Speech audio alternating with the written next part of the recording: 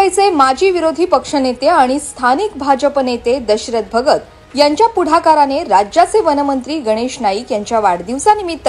15 ते 30 सप्टेंबर या कालावधीत 100 विविध सामाजिक उपक्रमांचं आयोजन करण्यात आलंय। याविषयीची अधिक माहिती दशरथ भगत आणि उपक्रमांचे संयोजक भाजप युवा नेते निशांत भगत यांनी वाशी इथे आयोजित पत्रकार परिषदेत दिली आहे। नवी मुंबईसह संपूर्ण ठाणे आणि पालघर जिल्ह्यातील जनतेच्या मनात जनसेवेचा ठसा उमटवणारे लोकनेते म्हणून गणेश नाईक यांची ओळख आहे। त्यांची ही अखंडित जनसेवा आणि लोककल्याणकारी कार्याप्रती कृतज्ञता व्यक्त करण्यासाठीच माजी विरोधी पक्षनेते दशरथ भगत यांच्या पुढाकाराने शतकभर सेवाभावी उपक्रमांचं आयोजन करण्यात आलंय।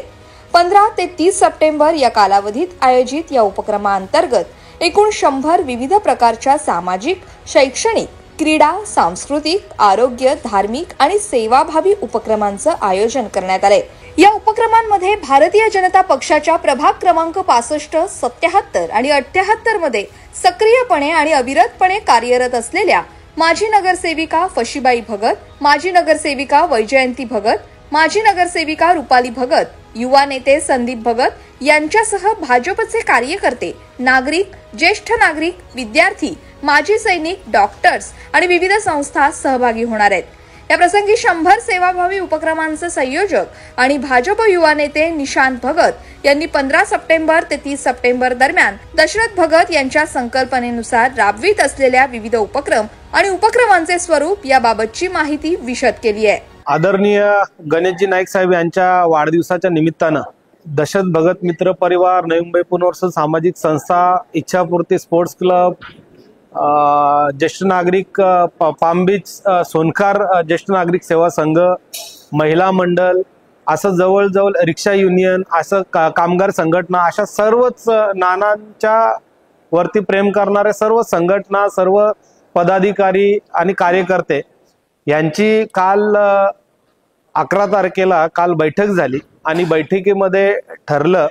की 100 उपक्रम राबवून नवी मुंबई शहरातल्या नागरिकांना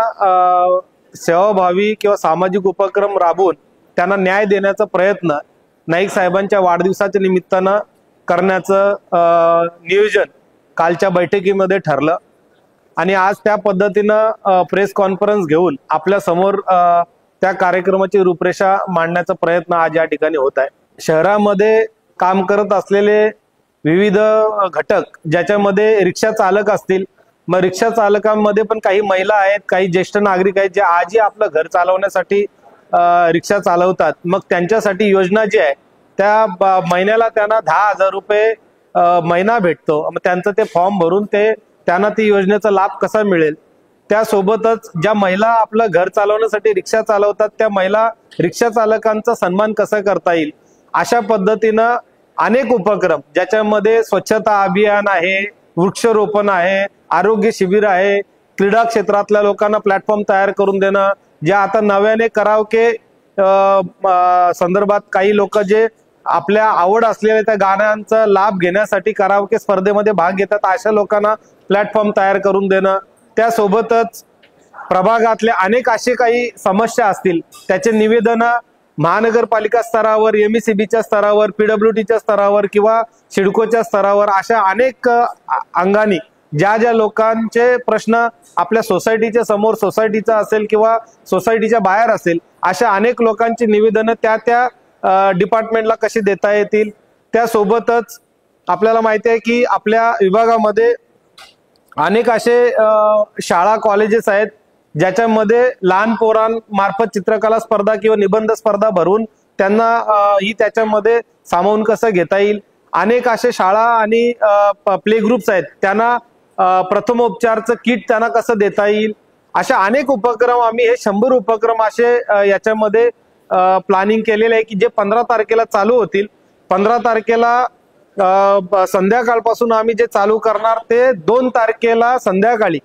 समारोप त्यामध्ये करणार आहोत, ज्याच्यामध्ये 15 तारखेला नाईक साहेबांचा वाढदिवस, 17 तारखेला देशाचे पंतप्रधान नरेंद्र मोदी साहेब यांचा वाढदिवस आणि त्या दरम्यानच्या काळात मग परत नवरात्र उत्सव चालू होईल। नवरात्र उत्सवामध्ये पण काही महिलांना एकत्र करून महिलांचे काही कार्यक्रम आम्ही घेणार आहोत। त्याच्यानंतर मग 2 तारखेला गांधी जयंतीच्या निमित्ताने कार्यक्रम घेणार आहोत आणि मग